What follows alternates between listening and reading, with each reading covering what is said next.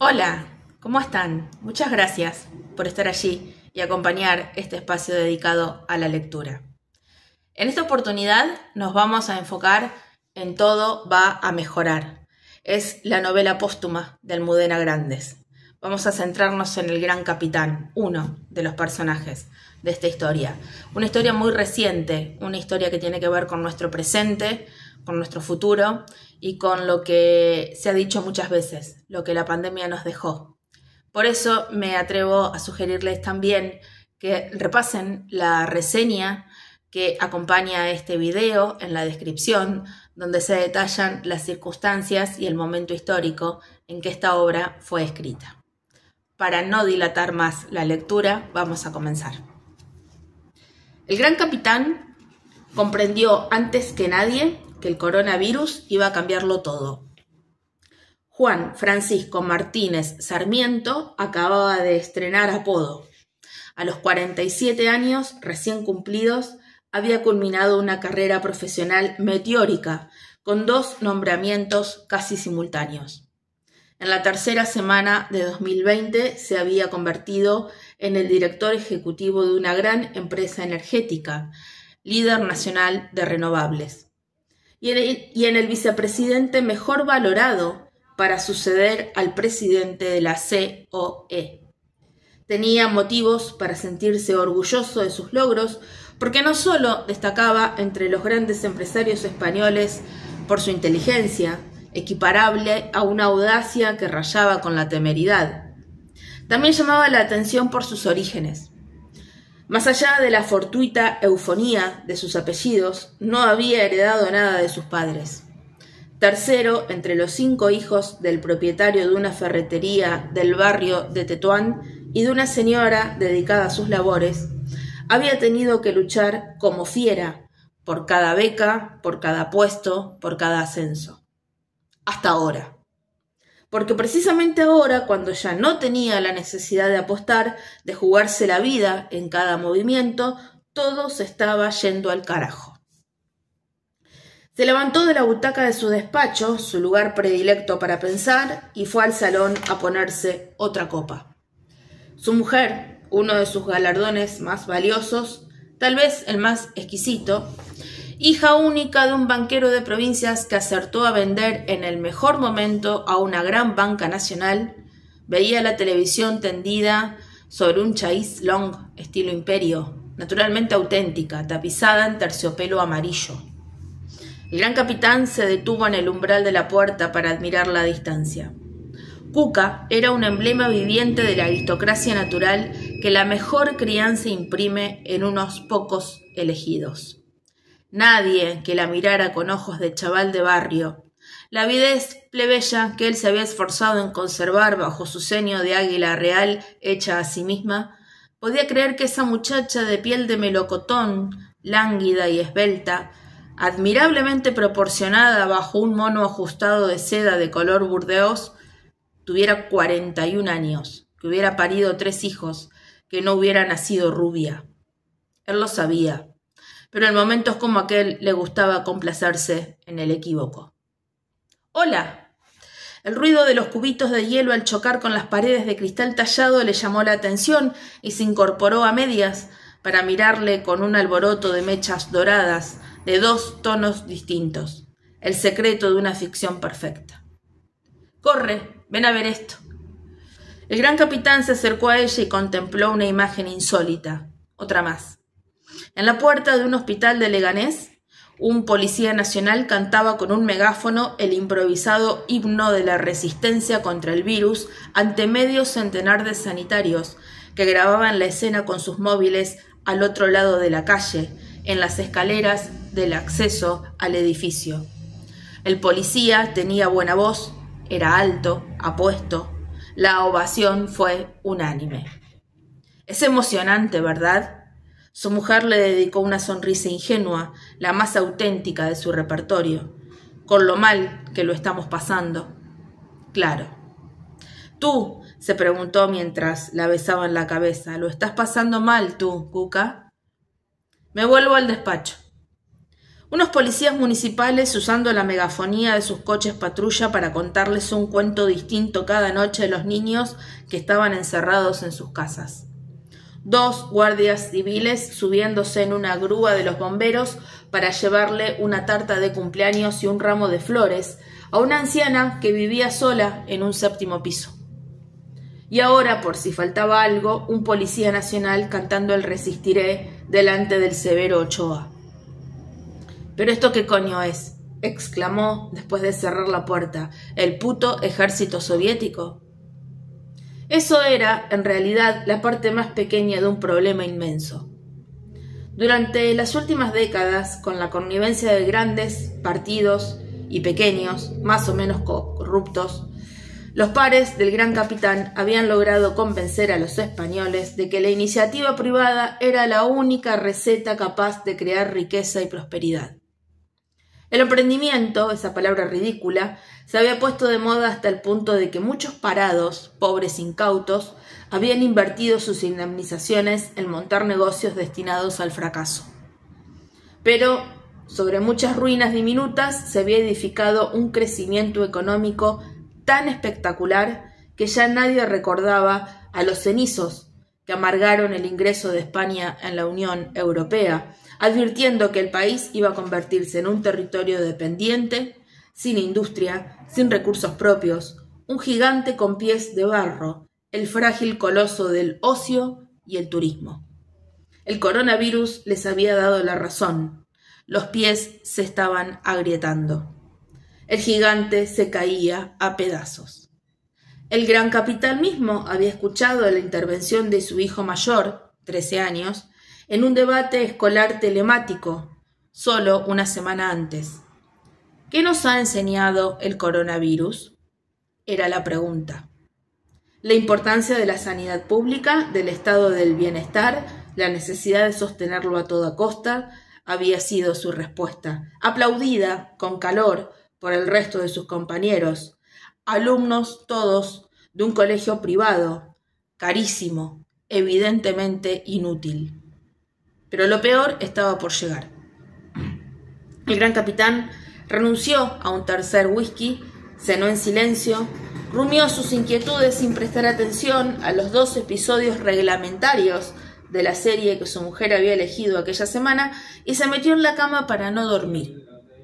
Sabía que no iba a pegar ojo porque había comprendido antes que nadie que su historia había terminado.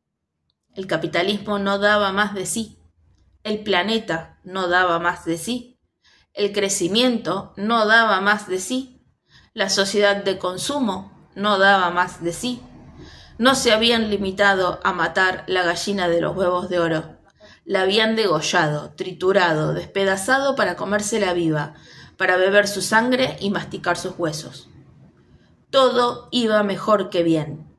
Pero el mundo globalizado de las superautopistas de la información y las redes planetarias no había logrado impedir que un chino cocinara un pangolín al que había mordido un murciélago, o al revés. No se había enterado mucho porque le daba lo mismo. Si no hubiera sido un murciélago, habría sido otro bicho. Sería otro bicho la próxima vez. Esto se ha acabado, Cuca. Ni siquiera se dio cuenta de que estaba hablando en voz alta. Estamos atrapados, no tenemos salida. ¡Ay, Juan Francisco! Ella le regañó con una hebra de voz pastosa más cerca del sueño que de la vigilia. Cállate y déjame dormir. La dejó dormir. La dejó incluso roncar, mientras daba vueltas y vueltas en la cama sin encontrar ni un resquicio de luz en su destino. Hasta que sin previo aviso, en un momento cualquiera de una madrugada que se le estaba haciendo eterna, se estremeció de miedo. Su pijama de algodón egipcio era ya un charco de sudor frío, cuando reconoció una idea que, como las mejores, había encendido la luz roja del pánico dentro de su cabeza. Intentó pensar en otra cosa, y no pudo. Se resignó a desarrollarla, y las piezas empezaron a encajar tan perfectamente que llegó a oír el sonido. Clac, clac, clac, que hacían al engranarse en un mecanismo delicado, peligrosísimo. Era una apuesta casi suicida. como todas las que le habían llevado desde una ferretería de Tetuán hasta el dormitorio principal de una mansión en Somosaguas. Era una maravilla, una melodía armónica y frágil y brillante y difícil y compleja, sublime, como una pequeña sinfonía magistral.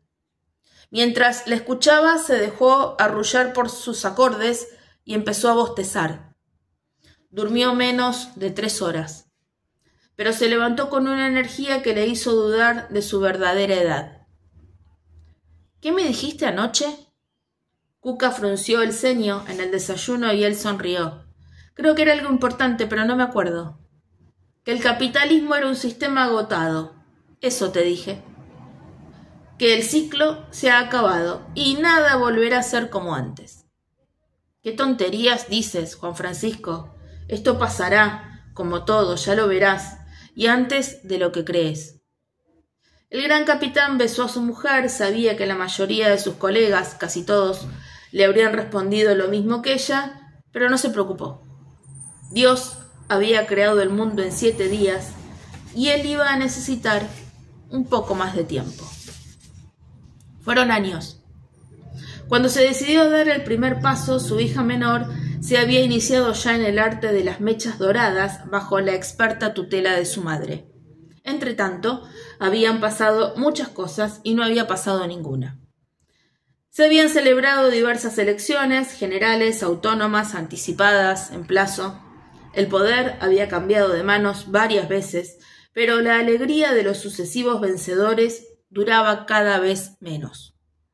Mientras la polarización ideológica seguía desgarrando las instituciones, la desconfianza de la ciudadanía respecto a la política no había parado de crecer, incentivando el desprestigio de la democracia misma.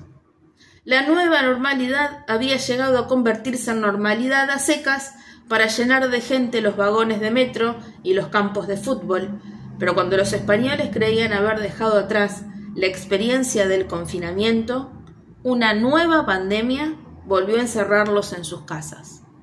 La crisis fue más breve, aunque la economía, que no se había recuperado por completo del primer golpe, se tambaleaba como un boxeador sonado, incapaz de andar en línea recta cuando todo volvió a empezar. Sin embargo, unos pocos empresarios, los que habían sabido diversificar a tiempo sus inversiones, salieron ganando. El hombre conocido ya como Gran Capitán, hasta en los periódicos, seguía siendo el presidente de la compañía eléctrica líder en renovables, había trepado hasta la cima de la COE, había sido invitado a formar parte del consejo directivo de la patronal europea, pero además, entre pandemia y pandemia, había comprado una compañía de plásticos especializada en mamparas de metacrilato, otra de material sanitario y la patente de unos trajes de protección de tejido refrigerante y ultraligero, rematados por unas escafandras transparentes con un sistema de renovación de aire que sustituyeron muy pronto a los viejos EPIs en los hospitales de varios países. Su mujer le había regañado por gastarse una millonada en tonterías, pero durante la que pasaría la historia como segunda pandemia, se forró. Y eso era solo el principio. Cuando su hija decidió que de mayor iba a ser rubia, ya le había echado el ojo a un laboratorio farmacéutico, pero pensó que lo mejor sería empezar por el principio. ¿Puedo preguntarte qué es lo que quieres hacer exactamente? Todavía no. Levantó la mano para llamar al camarero y sonrió. Más adelante. Ella respondió con una pequeña carcajada, y él estuvo seguro de que había acertado. Cuando la llamó por teléfono para citarla a media tarde en la cafetería de un discreto, tranquilo hotel de lujo, la había visto pocas veces, pero recordaba su nombre. Nunca habría podido olvidarla porque se llamaba Megan García. Su físico, a cambio, era intercambiable con el de cualquier otra chica insignificante. Más baja que alta, más gorda que delgada, gafas redondas de montura fina, media melena de pelo castaño, ni ondulado ni absolutamente liso y ningún atractivo particular.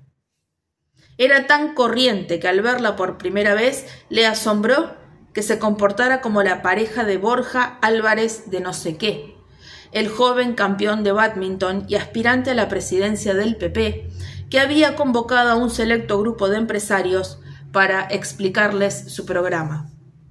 Él parecía tenerlo todo para triunfar. Guapo, alto, atlético, estaba muy bien situado en las encuestas de las primarias, pero el gran capitán advirtió a tiempo que jamás abría la boca antes de que Meghan le autorizara con la mirada.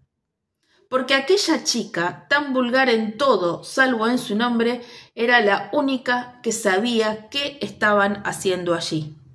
Ella se encargaba de todo, desde los discursos del candidato hasta la lista de sus invitados, sus gustos, sus afinidades, al lado de quién convenía o no sentarlos a una mesa.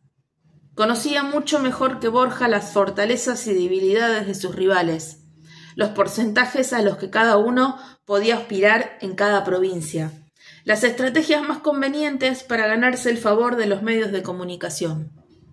El gran capitán apostó a que él se pegaría un trastazo irremediable en el instante en que ella le soltara de la mano, y acertó. Después de quedarse en blanco varias veces durante el primer debate, su candidatura se desinfló como un globo pinchado. La última vez que los vio juntos ya no reparó en los centímetros de altura a favor de él, de anchura a favor de ella. Lo único que le llamaba la atención era que una chica tan lista como Meghan García hubiera podido enamorarse de un memo como el campeón de bádminton. Una vez te pregunté por qué no te presentabas tú a las primarias, ¿te acuerdas? Muchos años después, ella repitió su respuesta con una sonrisa. Y yo te dije que para empezar, no soy del PP. Sí, y me dijiste además que no te gustaban los focos, que preferías trabajar en la sombra. Exacto. A partir de ese instante le miró de otra manera, como si acabara de adivinar que él iba a proponerle algo que le convendría aceptar. ¡Qué buena memoria! En la fase del café con pastas, antes de pasar a los gin tonics, el gran capitán había indagado discretamente en la situación de Meghan y había confirmado que la información que poseía sobre ella era buena. Su relación con Álvarez de no sé qué apenas había sobrevivido a la carrera del candidato. Ahora tengo que replantearme mi vida, buscar otro camino, soltar lastre. ¿Lo comprendes, verdad?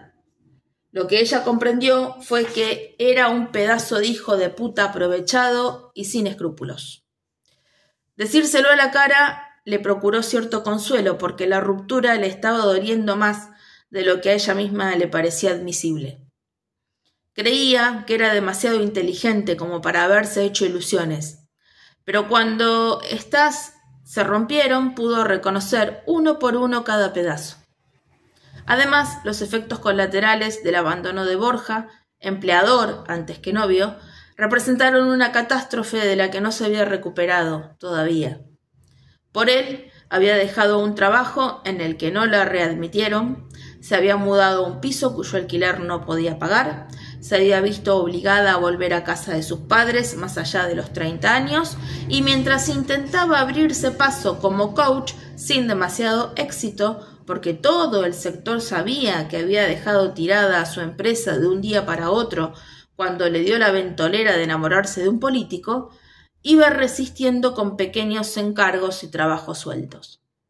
Que el gran capitán supiera, solo tenía un ingreso fijo, 500 miserables euros que le pagaba cada mes Mónica Hernández, una profesora de historia para la que su madre trabajaba como asistenta desde hacía décadas y que la había contratado a tiempo parcial como documentalista para su canal de YouTube.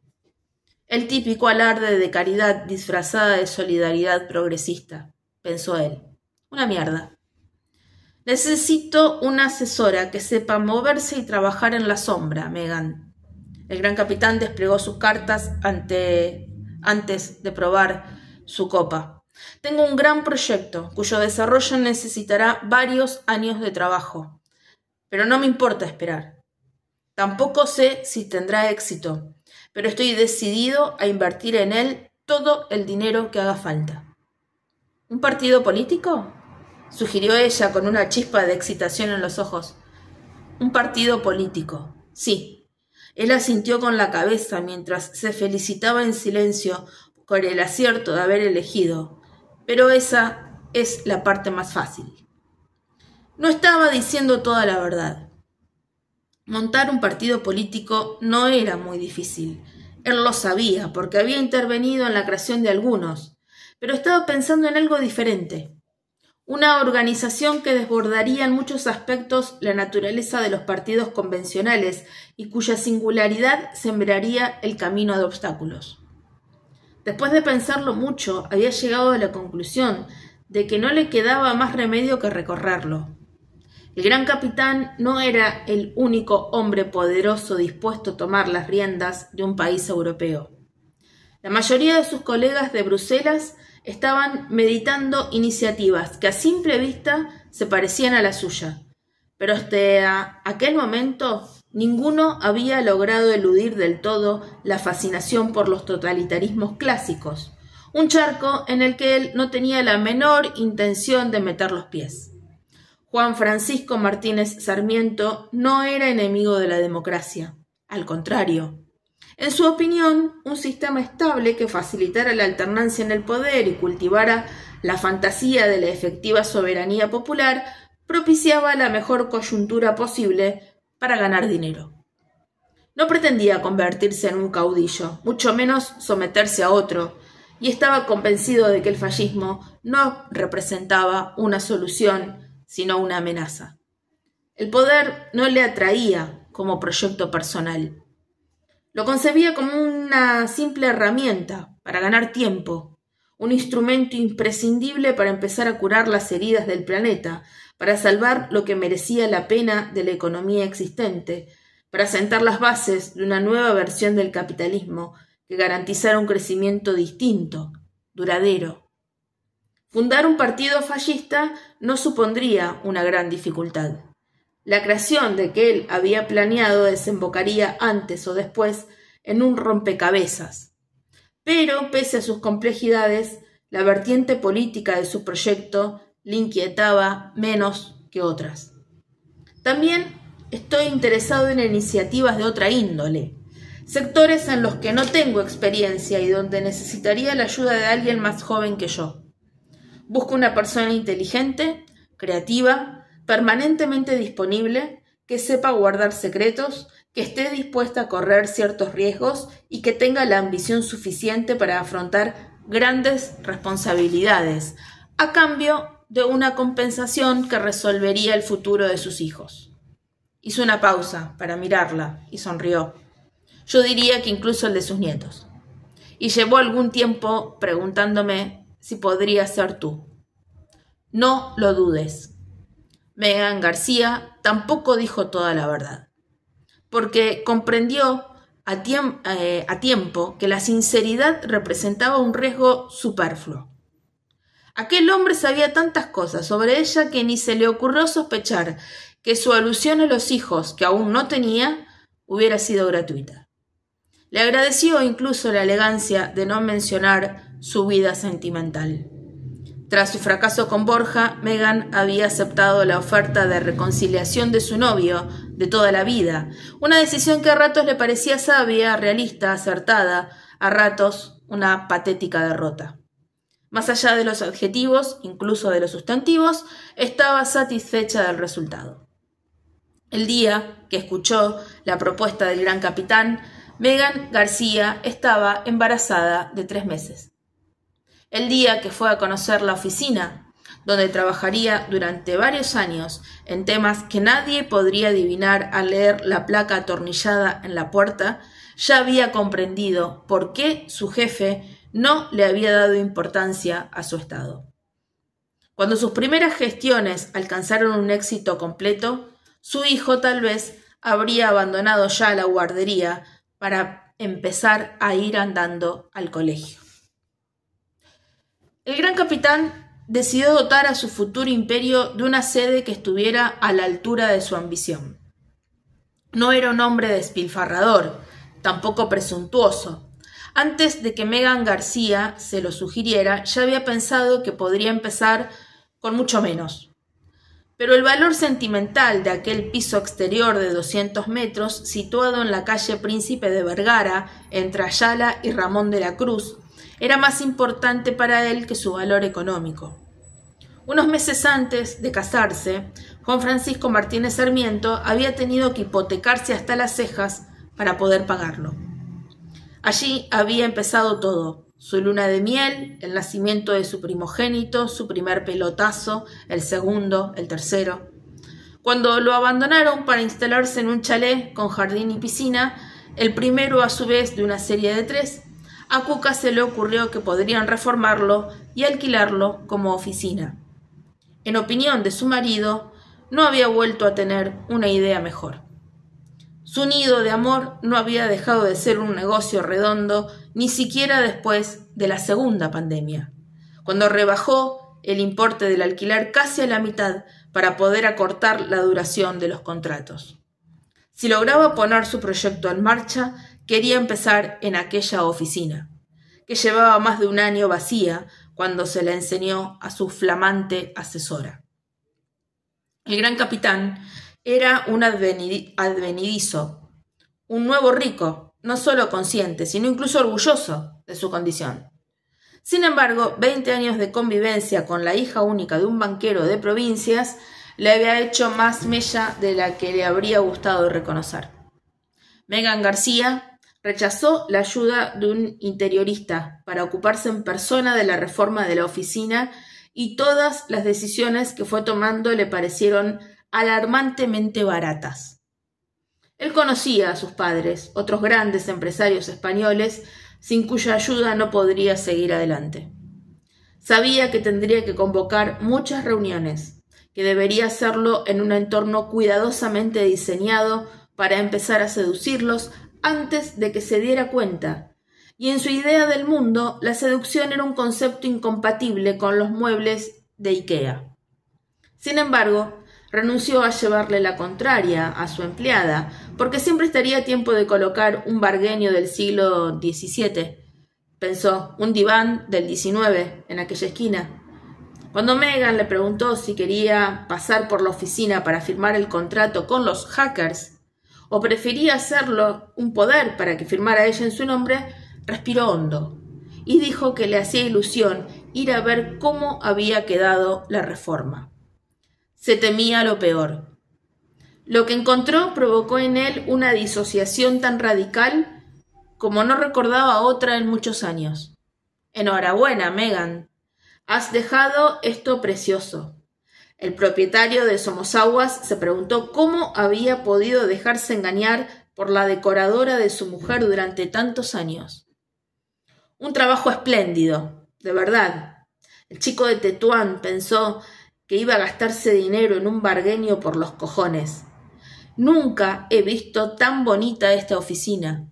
El gran capitán comprendió a tiempo que la luminosidad, la limpieza del espacio, la elegancia de los tonos pastel, combinados con maderas exóticas y el dominio del blanco, formulaban un novedoso concepto de eficacia que se ajustaba admirablemente a sus planes. Me alegro que te guste, jefe.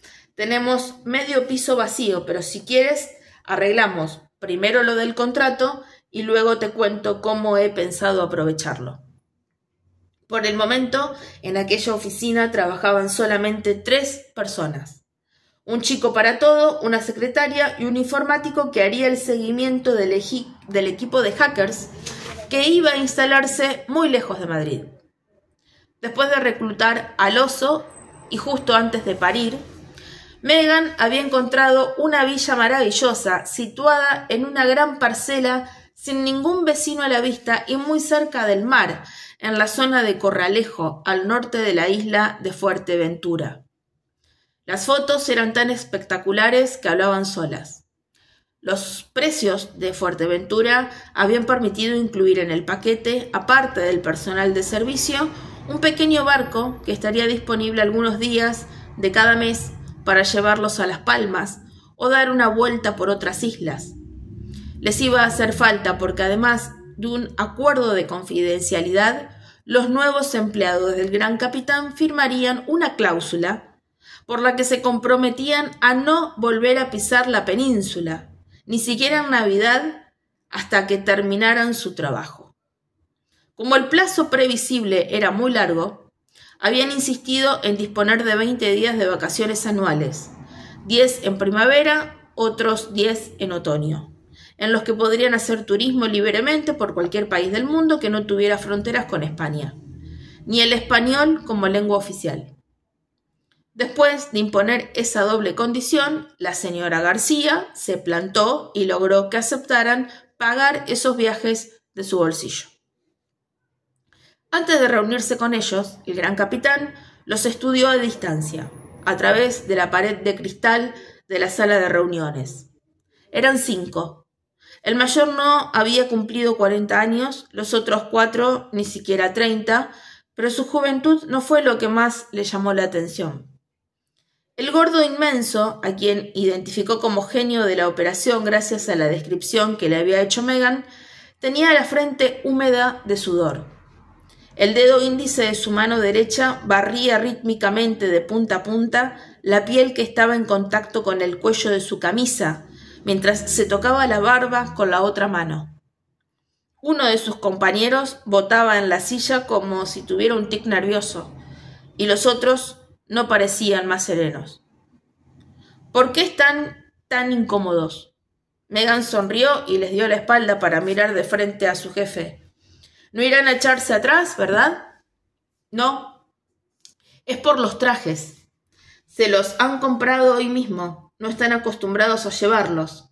Uno de ellos ha aparecido con la etiqueta del Corte Inglés colgando de la americana. A otro he tenido que hacerle yo el nudo de la corbata. Normalmente llevan vaqueros, camisetas y zapatillas deportivas todos los días del año. Podrían haber aparecido así, pero han debido de pensar que van a ser asquerosamente ricos y que merecía la pena esmerarse para la ocasión. Cuando se sentó frente a ellos, advirtió que su presencia les cohibía. Pero no se preocupó porque de cerca algunos ni siquiera parecían jóvenes, sino niños grandes, adolescentes vestidos para una boda.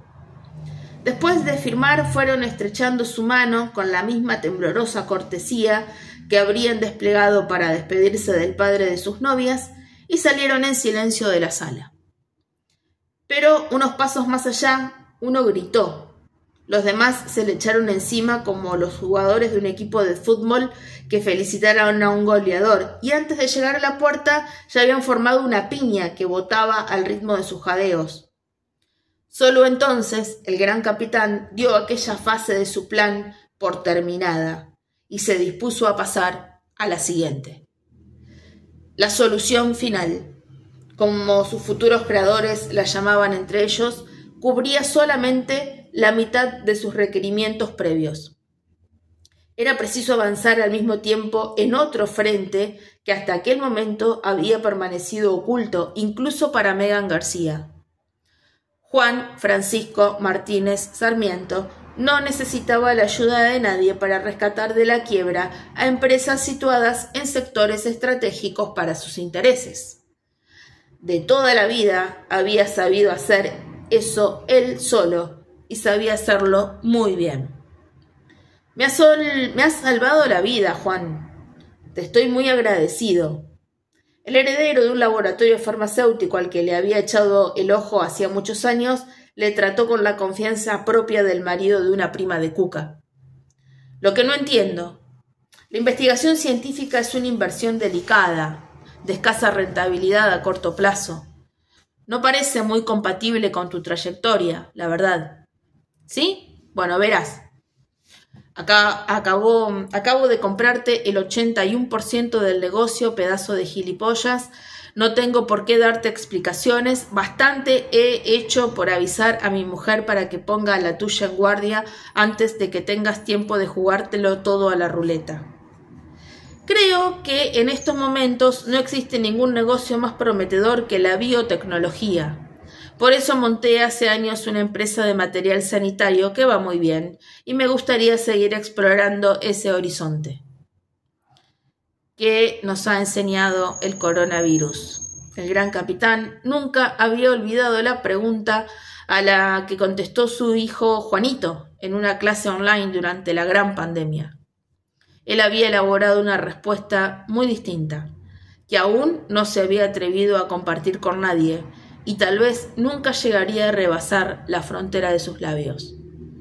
El coronavirus nos ha enseñado que es muy fácil confinar a la población de un país entero, conseguir que sus ciudadanos renuncien voluntariamente a los derechos y a las libertades que sus antepasados conquistaron con sangre en una lucha que duró siglos. Inundarlos de propaganda y noticias falsas, en el grado óptimo para restringir su acceso a una información veraz. Desarmarlos, neutralizarlos, inmovilizarlos sin que duden ni por un instante de que su sacrificio es imprescindible para conseguir un bien superior.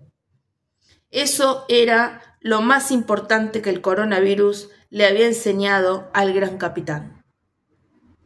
Cuando se quedó a solas con Meghan en la sala de reuniones, le dijo que la decoración podía esperar. Quería encargarle otro proyecto: la creación de unas becas para jóvenes investigadores en biotecnología, en las mismas condiciones que iban a disfrutar los hackers que acababan de salir por la puerta, con la única excepción del alojamiento. Porque los científicos tendrían que trabajar en el polígono de Torrejón de Ardoz, donde estaba la sede de un laboratorio que acababa de comprar. Quiero lo mejor, Meghan, no importa el precio. Todavía no he tocado las instalaciones porque prefiero esperar a que me digan qué necesitan exactamente. Tampoco he decidido cuántos van a ser, los que hagan falta. Necesito formar un equipo con los mejores. Y si alguno se ha ido a trabajar al extranjero, me da igual. Te vas a buscarle a donde esté, le doblas el sueldo y le das lo que te pida. ¿Está claro? Sí, pero necesitaría saber cuál es la especialidad que te interesa, porque claro, investigadores científicos hay muchos. Virólogos. Al pronunciar esa palabra, el gran capitán miró con atención a Meghan García y comprobó que se había llegado a asustarse y el más insignificante músculo de su cara la había delatado. Muy bien, repitió la palabra mientras la apuntaba en su libreta. Virólogos. En un par de semanas intento decirte algo. ¿Quieres que veamos ahora el resto de la oficina? Meghan García no estaba asustada porque ya se había curado de espanto. Desde que el gran capitán la convocó a una reunión, ella también había meditado seriamente sobre las lecciones del coronavirus y había llegado a sus propias conclusiones. Si no es por este, comprendió a tiempo, será otro, un igual o hasta peor. Y no tengo ninguna garantía de que a nadie más se le ocurra contratarme. Eso fue lo que pensó cuando se instaló en aquella oficina para esperar a que los virólogos entraran en escena. Después de los hackers, calculó, pero antes que los políticos. El gran capitán reservó su última razón para el final. Durante la gran pandemia, los mensajes que Cuca y sus amigas habían ido publicando en sus redes sociales le habían parecido estúpidos y al mismo tiempo tan interesantes que durante una temporada se dedicó a discutirlos con ella. No puedes arremeter contra la ideología en sí misma, cariño, porque no es una propiedad privada de la izquierda. ¿Ah, no? Pues claro que lo es. Pues claro que no lo es, Cuca, porque tú también tienes una ideología. Tú eres de derechas, igual que los de Podemos son de izquierdas. ¿Yo? ¿Igual que esos? Ni hablar, tú estás loco, Juan Francisco. Si esos lo hacen todo por su ideología, y yo lo único que quiero es que haya trabajo y que nos dejen en paz, ¿cómo vamos a ser iguales? Vamos, hombre, a mí la política no me interesa. Lo único que quiero es que haya un gobierno honrado y eficaz, que tome decisiones sin tener en cuenta la ideología. Un gobierno que tome las decisiones que a ti te gustarían, ¿no, Cuca?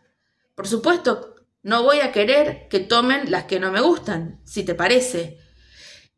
¿Y no te has parado a pensar por qué algunas decisiones te gustan y otras no? Su mujer pareció acatar el sentido de su pregunta y meditó unos instantes antes de darle una respuesta que le satisfizo y le defraudó a partes iguales. Pues porque las cosas que me gustan son buenas, sensatas y de sentido común. Ya está, y déjame tranquila de una vez. Aquellas discusiones, tan estériles en apariencia, habían resultado muy enriquecedoras, pero representaban un punto de partida insuficiente. El gran capitán sabía de sobra hasta qué punto estaba ideologizada su mujer y conocía perfectamente los hilos de los que debería tirar para manejar a su antojo a gente como ella. Pero sabía igual de bien que su plan nunca llegaría a tener éxito si no lograba arrastrar a votantes de otros sectores. El siempre volátil y gelatinoso centro sociológico, el progresismo tibio de quienes votaban socialistas sin considerarse de izquierdas, e incluso los izquierdistas desencantados, susceptibles al hechizo de las demostraciones de eficacia y los éxitos de gestión. Esas dos palabras, gestión y eficacia, serían los pilares sobre los que iba a edificar una obra que resultaría mucho más sencilla si en España hubiera más personas como él. El gran capitán no era de izquierdas, pero tampoco era de derechas. Los sectores extremos de ambas ideologías le repelían por igual y, sin embargo, tampoco se habría definido como centrista. A diferencia de su mujer, él nunca había ido a una manifestación de signo alguno. Jamás había usado una cacerola como instrumento de percusión y la música que producían sus vecinos le irritaba profundamente. Habría sido feliz si hubiera nacido en un mundo sin política. Era consciente de que en el país donde vivía esa afirmación bastaba para etiquetarle como facha. Pero sabía que los fachas mentían. A ellos, aunque dijeran lo contrario, les apasionaba la política. A él le atraía sinceramente sin cuidado. Ni siquiera le molestaba pagar impuestos mientras cualquier gobierno capaz de garantizar el orden le dejara vivir su vida, trabajar en lo suyo, crear riqueza. Por eso podía ser muy bueno y muy hijo de puta sin dejar de ser el mismo. También se consideraba un patriota a su manera. Megan García lo entendió a la perfección. Es mucho más fácil de lo que crees, le advirtió con una sonrisa después de escucharle. Tenemos centenares, quizás miles de despechados a nuestra disposición. ¿Despechados? Claro, personas que solo se mueven por despecho, gente a quien su ideología, si es que algún día tuvo alguna, les importa mucho menos que sus rencores personales. Cuando comprobó que su interlocutor aún no había desfruncido el ceño, se explicó mejor. Cuando solo había 3 partidos, 2 grandes y uno pequeño, los fracasos políticos eran definitivos. Tu dirección te expulsaba y tenías que irte a tu casa. Pero con la nueva política se multiplicaron las oportunidades. U, P y D, primero, Ciudadanos, después, facilitaron los intercambios en la derecha. Podemos y las mareas lo hicieron en la izquierda y también hubo viajes transversales, mucho más de los que crees. Aquel tema, en el que había empezado a trabajar por su cuenta, mucho antes, era la gran especialidad de Megan García. Para demostrarlo, giró su silla hacia atrás, seleccionó unas cuantas carpetas entre las que reposaban en las baldas de las estanterías que le cubrían la espalda y seleccionó una para parársela a su jefe mientras recitaba un currículum de memoria. Un ejemplo. José Federico Miralles, Fede para los amigos, se afilió al PSOE en la universidad por llevarle la contraria a su hermano mayor, que era de nuevas generaciones. En 2000 apoyó en las primarias a Rosa Díez y se fue con ella cuando montó UPyD. Abandonó el barco por los pelos y justo antes de que se hundiera se afilió a Ciudadanos. Su momento de gloria llegó con el gobierno de coalición en la Comunidad de Madrid, donde ocupó un alto cargo en la Consejería de Interior. Más adelante abandonó Ciudadanos e intentó entrar en el PP, pero allí no le quisieron. Conclusión: antes de denunciarla, Meghan se inclinó hacia adelante y miró a su jefe a los ojos. Fede Miralles odia con la misma pasión a sus ex compañeros de PSOE, de UPyD y de Ciudadanos y, por supuesto, del PP. Si le das una oportunidad de volver a la política para derrotarles y reivindicarse personalmente, será tuyo. Hará lo que le pidamos. Esa es la gran ventaja de los despechados. Muy interesante, Meghan. El gran capitán terminó de leer el expediente que tenía entre las manos antes de hacer una sola pregunta. ¿Y este tiene algo que ver con los Miralles de la constructora? Claro. Es el hermano tonto del presidente de la compañía. Genial. Aunque también necesitaremos despechados de izquierda.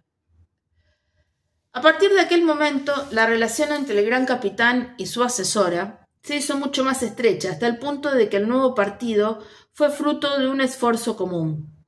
Ambos estaban de acuerdo en los aspectos esenciales. Los despechados resultarían muy útiles para levantar el proyecto, para edificar la estructura central y fortalecer las regionales, para mantener la cohesión en una organización sin ideología definida, más allá del culto ilimitado a la eficacia y la gestión. Pero su poder no rebasaría en ningún caso el segundo escalón de la administración del Estado. Los líderes, portavoces y cabezas de lista serían personas sin experiencia política previa, biografías impecables al margen de todas las siglas conocidas, una representación variopinta de la sociedad española integrada a partes iguales por hombres y mujeres de todos los orígenes, profesiones y clases sociales. El gran capitán había ido apuntando en un cuaderno perfiles interesantes de activistas independientes, al menos en apariencia, que en los últimos tiempos habían defendido causas con apoyo popular. Representantes de las Kellys, de los repartidores en bicicleta, de los afectados por las viviendas públicas vendidas a fondos buitre, pero también feministas, ecologistas, portavoces de la España vaciada, padres y madres de niños con enfermedades raras, trabajadores de residencias de ancianos castigadas o no durante la gran pandemia, influencers implicadas en causas solidarias y toda una gama de pequeños emprendedores que habían alcanzado más o menos éxito. Esos, y no los despechados, serían quienes, si todo iba bien, llegarían al poder dentro de unos años. Aunque reclutarles para un partido sin ideología no sería fácil. Tendrían que decirle a cada uno lo que estaban deseando oír. Confeccionar un programa de ocasión que recogiera sus reivindicaciones esenciales. Renunciar a los portavoces que fueron incompatibles entre sí o nocivas para los intereses generales del país. Algunos aceptarían cierto grado de frustración. Nos ocuparemos de lo tuyo más adelante, cuando llegue el momento. Pero otros preferirían marcharse antes que aplazar sus reivindicaciones, por muy bien pagada que estuviera la espera. A esos tendrían que identificarlos y descartarlos a tiempo. Impedir que ingresaran en un partido inmaculado, inocente como un bebé recién nacido, para dedicarse luego a crucificarlo en periódicos y platós de televisión. Mientras existan, claro, profetizó el gran capitán, Meghan García reprimió un escalofrío y se limitó a comentar que no podrían hacerlo todo ellos dos solos. Necesitamos un nombre, necesitamos una campaña, necesitamos un logotipo. Si no nos conviene hablar demasiado ni antes de tiempo. Tendremos que hacer ruido, crear una imagen que sirva para enganchar a la gente al proyecto. Necesitamos a Carlos Alcocer. ¿Y ese quién es? El mejor. Meghan cerró los ojos, apretó los párpados, volvió a mirar a su jefe. Y mira que me cae mal, el tío, que lo conozco porque trabajé para su exmujer una temporada, pero es el mejor. Y además es la persona que necesitamos en este momento. 6 meses más tarde, cuando un equipo de jóvenes y brillantes politólogos trabajaba ya en la cuadratura del círculo, elaborando las propuestas políticas de un partido que se situaba deliberadamente al margen de la política, Carlos Alcocer, sociólogo, publicista y promotor, conocido como el Mago en algunas organizaciones de izquierdas y otras tantas de derechas, acudió a la oficina de Príncipe de Vergara con su portátil y una gran carpeta. He estado pensando en los nombres que me pasasteis y no os ofendáis, pero no me gusta ninguno. Os voy a enseñar lo que he creado, a ver qué os parece. En la carpeta había versiones distintas de la misma campaña. En el primer cartel se sucedían, de izquierda a derecha, 8 imágenes que se solapaban ligeramente sin dejar de ser reconocibles. Las 2 primeras eran un simio cuadrúpedo y una primate que andaba erguida. A continuación aparecían 2 ilustraciones, un legionario romano y un guerrero medieval que cualquier par de ojos españoles asociaría con el Cid campeador. La quinta y la sexta eran cuadros célebres, un cardenal pintado por Rafael y el retrato más famoso que hizo Goya de Fernando VII. Y las 2 últimas fotografías en blanco y negro, Dolores Ibárruri agitando el puño en un mitin delante de un micrófono y Francisco Franco caminando por el andén de la estación de Hendaya. La serie culminaba con una imagen más grande, la 9ª y última, una foto en colores vivos de un balcón soleado, adornado con tiestos de geranios, del que colgaba una pancarta blanca con una leyenda confeccionada en 2 tipos distintos de letra. En la primera línea, en mayúsculas azules, se leía Movimiento Ciudadano.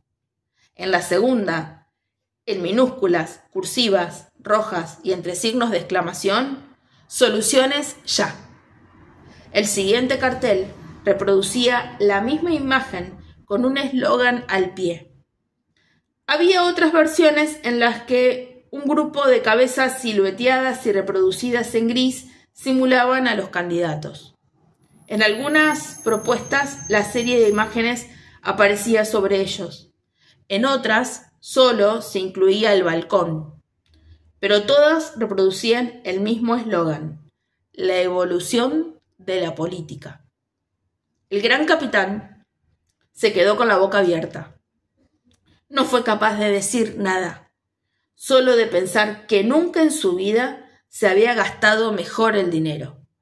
Por eso, cuando Alcocer los dejó solos, se atrevió a compartir con Megan García la razón última de su ambición. Juan Francisco Martínez Sarmiento estaba convencido de que la vida de los españoles sería muchísimo mejor, más próspera, más tranquila, más fecunda, si España funcionaría como una gran empresa capaz de satisfacer todos los criterios de excelencia. Y estaba dispuesto a encargarse de que fuera exactamente así.